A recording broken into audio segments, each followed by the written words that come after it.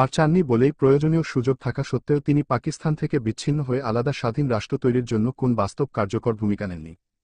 শেখ মুজিবুর রহমানের 7ই মার্চের ভাষণ হল ট্রিমেন্ডাস কন্ডিশনাল স্পিচ, যে ভাষণে পাকিস্তান রক্ষার শেষ চেষ্টা হিসেবে শেখ মুজিবুর রহমানের কাছে ক্ষমতা হস্তান্তরের শর্ত দেওয়া হয়েছিল, আবার ক্ষমতা না দেওয়া হলে পাকিস্তান বিচ্ছিন্ন হয়ে যাওয়ার সতর্ক হুঁশিয়ারি দেওয়া হয়েছে। 7ই মার্চের বঙ্গবন্ধু শেখ মুজিবুর রহমানের ভাষণ ছিল বিশ্ব ইতিহাসে অদ্বিতীয় এক অনন্য ঐতিহাসিক ভাষণ, যে ভাষণে তিনি স্বাধীনতা ঘোষণা করেও স্বাধীনতা ঘোষণা করেননি। সে কারণেই আমাদের স্বাধীনতা ঘোষণার তারিখ বা দিন এবং স্বাধীনতার ঘোষক নিয়ে চির বিতর্ক। আমরা 26শে মার্চকে স্বাধীনতা দিবস হিসেবে পালন করি, তার মূল কারণ হল 25শে মার্চ দিবাগত রাত 12টার পর পাকিস্তানি সেনাবাহিনী ঘুমন্ত বাঙালির উপর পৈশাচিক আক্রমণ ও গণহত্যাযজ্ঞ শুরু করে।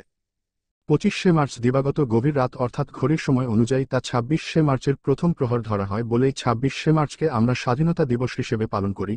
প্রকৃতপক্ষে পাকিস্তানি সৈনিকদের আক্রমণ আর ঘড়ির সময় হিসেবে নিয়েই 26শে মার্চকে স্বাধীনতা দিবস ধরা হয়। এই হিসেবে যদি পাকিস্তানিরা আমাদের 26শে মার্চের আগে অথবা পরে যে কোন দিন আক্রমণ করত তাহলে সেই দিনটি আমাদের স্বাধীনতা দিবস হিসেবে চিহ্নিত হতো। সত্যি কথা বলতে কি, কেউই সঠিক সময়ে পূর্ণাঙ্গরূপে আমাদের স্বাধীনতা ঘোষণা করেননি। যদিও বলা হয়ে থাকে 25শে মার্চ রাত 12টায় পর টেলিগ্রামের মাধ্যমে বঙ্গবন্ধু শেখ মুজিবুর রহমান স্বাধীনতা ঘোষণা করেছিলেন, কিন্তু টেলিগ্রামের ওই ঘোষণার যথার্থতা খুঁজে পাওয়া যায়নি। টেলিগ্রামের মাধ্যমে বঙ্গবন্ধু শেখ মুজিবুর রহমানের স্বাধীনতা ঘোষণাটি তখনকার সময়ের 7.5 কোটি বাঙালির কেউ পেয়েছে বা শুনেছে, আজ পর্যন্ত এমন দাবি কেউ করেননি। 23শে মার্চ হল পাকিস্তান দিবস। এই 23শে মার্চে পাকিস্তান দিবসে তৎকালীন পূর্ব পাকিস্তান, বর্তমান বাংলাদেশ সহ সারা পাকিস্তানের সকল সরকারি বেসরকারি ভবন এবং শহরের বাড়িগুলোতে সবুজ সাদা চাঁতারা পাকিস্তানি পতাকা তোলা হতো। শহরের রাস্তাগুলো পাকিস্তানি পতাকা দিয়ে সাজানো হতো এবং রাষ্ট্রীয় ও সামাজিক নানা অনুষ্ঠানের মধ্যে দিয়ে 23শে মার্চ পাকিস্তান দিবস পালন করা হতো। কিন্তু 71-এর 23শে মার্চ পাকিস্তান দিবসে পূর্ব পাকিস্তানের, বর্তমান বাংলাদেশের কোথাও কোন সরকারি বেসরকারি ভবনে পাকিস্তানি পতাকা তো ওড়ানো হয়নি, বরং জনগণ স্বেচ্ছায় স্বতঃস্ফূর্তভাবে এদেশের তৎকালীন পূর্ব পাকিস্তানের প্রতিটি সরকারি বেসরকারি ভবনে, প্রতিটি বাড়িঘরে, রাস্তাঘাটে, গ্রাম বাংলার গাছে গাছে, এমনকি বঙ্গবন্ধু শেখ মুজিবের বাসভবনে সবুজের মাঝে লাল বৃত্তের উপর হলুদ রঙের মানচিত্র খচিত স্বাধীন বাংলার পতাকা উড়িয়ে দিয়ে পাকিস্তানের যবনিকাপাত ঘটাল। পাকিস্তান দিবসে পাকিস্তানি পতাকা উড়ল না, পাকিস্তানি সৈন্যরা কুচকাওয়াজ করল না, পাকিস্তানের কোন অস্তিত্বই খুঁজে পাওয়া গেল না। তারপরও বঙ্গবন্ধু শেখ মুজিবুর রহমান স্বীকৃত পন্থায় সোজাসুজি স্পষ্ট করে বাংলার স্বাধীনতা ঘোষণা করেননি। কি এক অজ্ঞাত কারণে শেখ মুজিবুর রহমান মুখ খোলেননি, নীরব ছিলেন। স্বাধীনতা ঘোষণার বৈধ রাজনৈতিক দায়িত্ব কেবল শেখ মুজিবকে বাঙালি জাতি দিয়েছিলেন, কিন্তু শেখ মুজিবুর রহমান জাতি কর্তৃক প্রদত্ত রাজনৈতিক দায়িত্ব পালন করে স্বাধীনতা ঘোষণা করেননি। ওই পরিস্থিতিতে অন্য কারো পক্ষে স্বাধীনতা ঘোষণা করা সম্ভব ছিল না, কেননা শেখ মুজিব ছিলেন বাঙালির আশা আকাঙ্ক্ষার মূর্ত প্রতীক। তবে পাকিস্তানিরা ভয়, লোভ কোন কিছুর বিনিময়ে বঙ্গবন্ধু শেখ মুজিবুর রহমান স্বাধীনতা চান না এই রকম কোন স্বীকারোক্তি আদায় করতে পারেনি। যদি শেখ মুজিবুর রহমান স্বাধীনতার বিপক্ষে কোন কথা বলতেন, তাহলে আমাদের স্বাধীনতা পাওয়া ডিফিকাল্ট হয়ে যেত। অপরদিকে 27শে মার্চ প্রত্যুষে চট্টগ্রাম কালুরঘাট বেতার কেন্দ্র থেকে মেজর জিয়াউর রহমান 2 রকম স্বাধীনতা ঘোষণা দেন। মেজর জিয়াউর রহমান প্রথম ঘোষণা দেন, I am major president People's Republic of Bangladesh, I declare independent of Bangladesh. Major Ziaur Rahman দ্বিতীয়বার ঘোষণা দেন, I am major Zia, I declare independent of Bangladesh on behalf our great leader Sheikh Mujibur Rahman. Major Ziaur Rahman Bengal regiment, EPR, East Pakistan rifle, police এবং জনতাকে পাকিস্তান আর্মির বিরুদ্ধে যুদ্ধে ঝাঁপিয়ে পড়ার আহ্বান জানান এবং সারা দুনিয়ার কাছে মুক্তিযুদ্ধের পক্ষে সাহায্যের আবেদন জানান। যদিও জিয়াউর রহমানের 27শে মার্চ সকালে এই ঘোষণা দেওয়ার আগে 25শে মার্চ দিবাগত গভীর রাতে অর্থাৎ ঘড়ির সময় অনুযায়ী 26শে মার্চ প্রথম প্রহরেই ঢাকাতে ইপিআর, ইস্ট পাকিস্তান রাইফেল এবং পুলিশ পাকিস্তানিদের বিরুদ্ধে যুদ্ধ শুরু করে দেয়। পাকিস্তানি সৈন্যরা ঢাকার রাজারবাগের পুলিশ হেডকোয়ার্টার এবং ঢাকার পিলখানায় আর হেডকোয়ার্টারে আক্রমণ করলে ইস্ট পাকিস্তান রাইফেল, আজকের ডিআর এবং পুলিশ পাকিস্তানিদের কাছে আত্মসমর্পণ না করে পাল্টা আক্রমণ করে। এবং আমরা ছাত্রজনতা ওই রাতেই ঢাকার বিভিন্ন থানা থেকে পুলিশের রাইফেল এনে পাকিস্তানিদের বিরুদ্ধে যুদ্ধের প্রস্তুতি নেই। কিন্তু আমাদের রাইফেল চালানোর ট্রেনিং, প্রশিক্ষণ না থাকায় আমরা পাকিস্তানিদের বিরুদ্ধে ওই রাতে যুদ্ধ শুরু করতে পারিনি। আর পুলিশের ওই রাতের যুদ্ধটা ছিল মূলত আত্মরক্ষার্থে। কারো কোন প্রকার নির্দেশ বা ঘোষণা ছাড়াই পিআরও পুলিশ পাকিস্তানিদের বিরুদ্ধে 25শে মার্চ দিবাগত গভীর রাতেই যুদ্ধ শুরু করে দিয়েছিল। তারপরও বলা চলে মেজর জিয়াউর রহমানের 27শে মার্চের সকালের স্বাধীনতা ঘোষণায় মুক্তিপাগল গোটা বাঙালি জাতি ভীষণভাবে আশান্বিত হয়েছিল, অনুপ্রাণিত হয়েছিল। বিশেষ করে যারা দেশের জন্য যুদ্ধ করতে জন্য মানসিকভাবে চূড়ান্ত প্রস্তুত হয়েছিল তাদের মধ্যে জিয়াউর রহমানের এই স্বাধীনতা ঘোষণা অভূতপূর্ব চাঞ্চল্যের সৃষ্টি করেছিল, উৎসাহ উদ্দীপনা ও প্রেরণার সৃষ্টি করেছিল। বঙ্গবন্ধু শেখ মুজিবুর রহমান মুক্তিযুদ্ধের নেতৃত্ব দেওয়ার কোনরূপ চেষ্টা না করে পাকিস্তানিদের হাতে গ্রেপ্তার হন। অজ্ঞাত কারণে তিনি কিছুটা ইচ্ছাকৃতভাবে পাকিস্তানিদের হাতে বন্দী হন বলে অনুমান করা হয়। 27শে মার্চ থেকে ঢাকার বাসিন্দারা দিশেহারা হয়ে লক্ষ লক্ষ নরনারী, আবাল বৃদ্ধ বনিতা পিঁপড়ার সারির মতো ঢাকা শহর ছেড়ে পায়ে হেঁটে গ্রামের দিকে চলে যায়। শহর ছেড়ে চলে যাওয়া মানুষের এই কাফেলাকে একমাত্র রোজ ক্যাম্পের কাফেলার সাথেই তুলনা করা চলে। সবুজ গ্রাম আর গ্রামের মেঠোপথ ঘুরে ওঠে শহর ফেলে পালিয়ে যাওয়া লক্ষ লক্ষ মানুষে। শহর থেকে আসা লক্ষ লক্ষ মানুষকে গ্রামের কৃষক কৃষানি নিজের সন্তানের মতো তাদের বুকে ঠাঁই দেয়। গ্রামের মানুষ রাস্তায় পথে মাঠে ঘাটে চিরা গুড়মুড়ি ডাব যা কিছু সহায় সম্বল ছিল তার সবটুকুই উজাড় করে বাড়িয়ে দিয়েছে শহর থেকে আসা মানুষের সাহায্যে। শহর ছেড়ে পালিয়ে আসা মানুষের এতটুকু কষ্ট যেন না হয়, তার সব দায়িত্ব গ্রামবাসীর। গ্রামের প্রতিটি বাড়িতে দিন রাত্রি ভাত রান্না হচ্ছে, লক্ষ লক্ষ মানুষ খাচ্ছে। কে খাচ্ছে, কার বাড়িতে খাচ্ছে, কার ভাত খাচ্ছে কেউ তা জানে না। যারা খাচ্ছে তারা জানে না কে খাওয়াচ্ছে, আর যারা খাওয়াচ্ছে তারাও জানে না কাদের খাওয়াচ্ছে। মানুষে মানুষে এ এক মহামিলন, এক মহাভ্রাতৃত্ব, কখনো পৃথিবীতে এমন হয়েছে কিনা কিংবা আর হবে কিনা জানি না।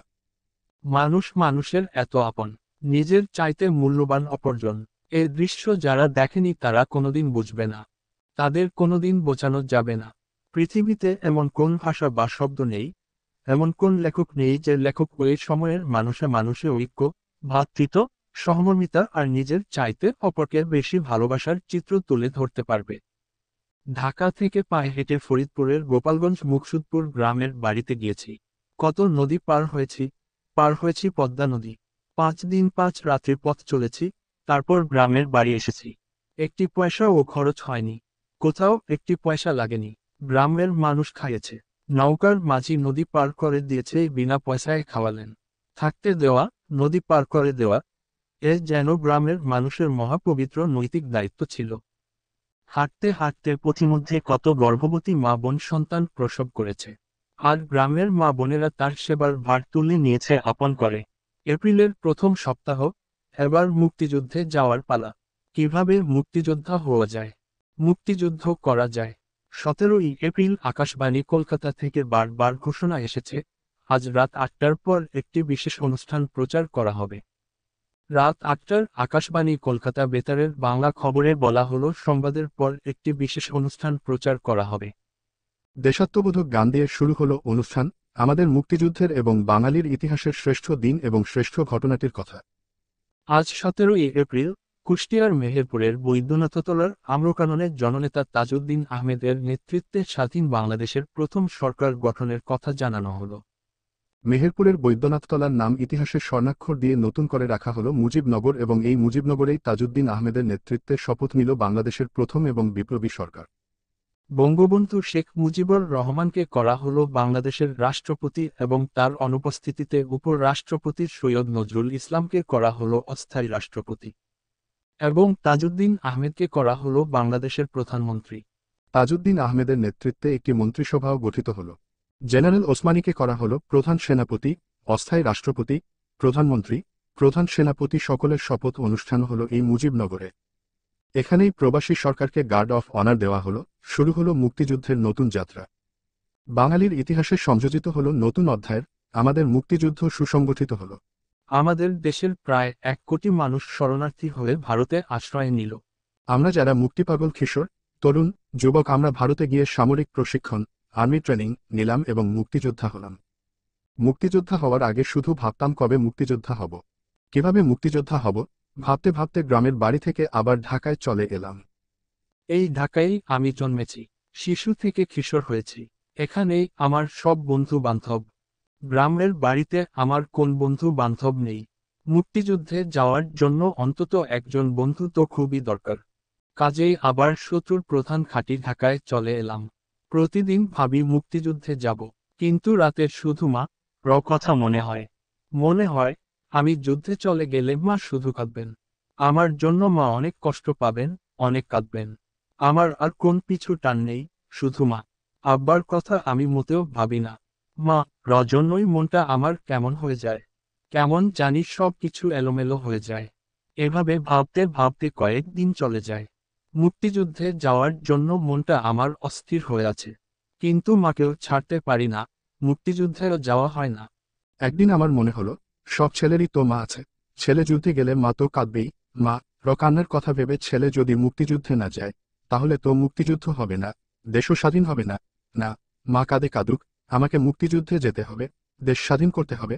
পরের দিনই পাশের বাড়ির আমার এক বন্ধু, বয়সে আমার চেয়ে সামান্য বড়, নাম তার বাবুল আজাদ, তাকে মুক্তিযুদ্ধে যাওয়ার কথা বলে ফেললাম।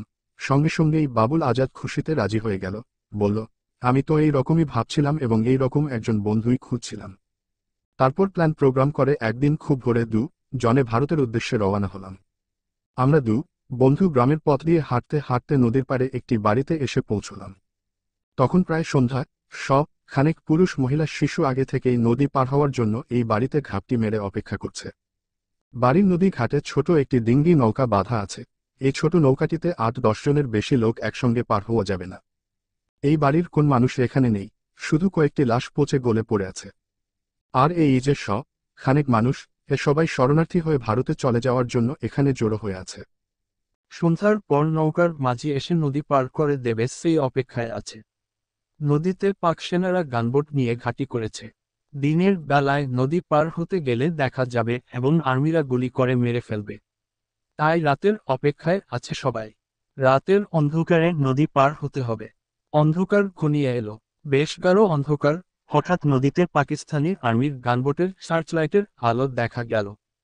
এই দিকে আসছে গানবোটটা। চাপা কান্না শুরু হয়ে গেল। কেউ কেউ বলছে, কাইন্দেন না ভাই, কাইন্দেন না, আল্লাহরে ডাকেন। গানবোটটা দ্রুত এই দিকে ছুটে আসছে। সবাই মৃত্যুর ভয়ে চুপসে গেল, কারো কোন সারা শব্দ নেই, শুধু গানবোটের আওয়াজ আর সার্চলাইটের আলো। আমরা সবাই মাটিতে শুয়ে পড়লাম যাতে গানবোটের সার্চলাইটের আলোতে দেখা না যায়।